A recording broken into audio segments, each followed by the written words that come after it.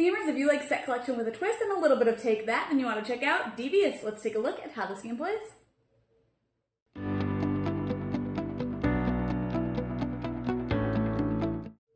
In this game, players are trying to have the highest scoring alliance, which are the cards that are going to be in front of them throughout the game. At the beginning of the game, players will be dealt 3 cards, and they will choose 2 of them to start off their alliance that they'll keep in front of them, and it means that they won't be able to perform the action that is on them, and then they'll just dismiss their other card that they started with.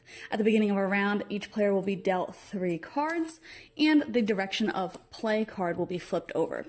When players are looking at these cards, they are actually not looking at their cards for the round, but the player to their left or right, depending on the direction of play.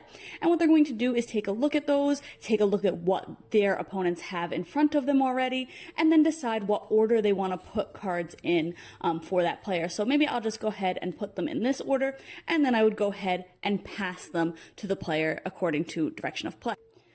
Now, when I am dealt my cards, and when every player is dealt their cards, and they've been passed over, you are not going to flip them over and look at them like you did with the persons who was next to you, that you looked at all of them at once. Instead, the person who has the scepter will announce one at a time.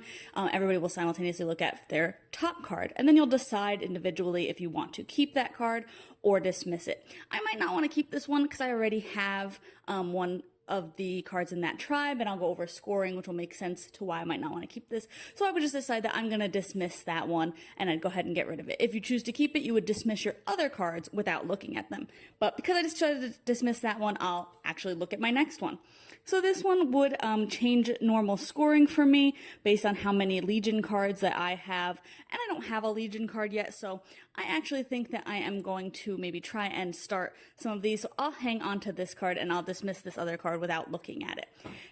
Once everybody has looked at as many cards as they need to decide which one they're going to keep, all players will reveal, and then you'll resolve the abilities on them in rank order. So whoever has a 5 would go first, and if there's a tie, you'll look at who has the scepter, start with them, and go around again in the direction of play. And then ultimately players will just be adding those cards to their alliance as well.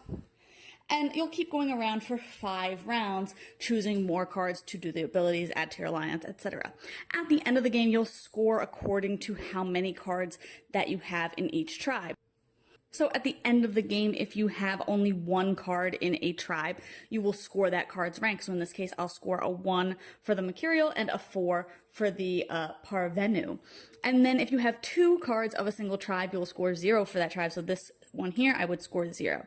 Normally, if you have 3 or 4 cards of a tribe, then you would score negative points equal to the highest ranked card of that set. But in this case, the Legion has special scoring, so I'd actually score 7 points for this group of 3. And then if you have 5 or more cards of a single tribe, you will actually cancel all other scoring, and you will score the sum of all cards positively for that, and that is called sovereignty. And then at the end of the game, like I said, everybody will add up their points, and whoever has the most points will win. So I had heard and seen this called an anti-set collection game, which it kind of is, because you do tend to get the most points by only having a single card of any given tribe in your game, which I think is neat. I think it's very interesting to see how you can use the abilities to your advantage to pass cards around or give cards away or dismiss cards in order to only have 1 card of maybe each tribe so you can score the most points. It goes from the rank of the card to 0 points to negative points, but if you can get 5 of a single tribe, you'll also get even more points, potentially. Again, that really comes down to what ranks you have of cards in front of you. So there is a little bit of maybe trying to collect more cards if you think that that's your best way to get points, but there's a lot of fluctuating strategy in this, especially depending on which abilities you pair together. You can make your own decks for the game, or you can use some of the ones that are pre-outlined in the rulebook, and I think that just adds a lot of variability, a lot of replay value to the game itself, because there are a bunch of different combinations of those abilities that you can use. In some games, because of what you're putting in there, are going to have a little bit more take that, or a little bit less, or have a little bit more cards that maybe change endgame scoring for you, depending on if you have them or not. So like I said, there's a lot of variability there. Ultimately, if you don't like Take That, if you don't like that cards are going to get shuffled around or stolen or dismissed out from under you, then probably this one's not going to be for you. But again, if you like set collection and want something a little bit more unique, a little bit of a twist on that, then it's definitely worth checking out. And it also has really great art, if you ask me. So it's definitely a fun theme. But you can check out my full thoughts on the blog today and decide if this one's for you.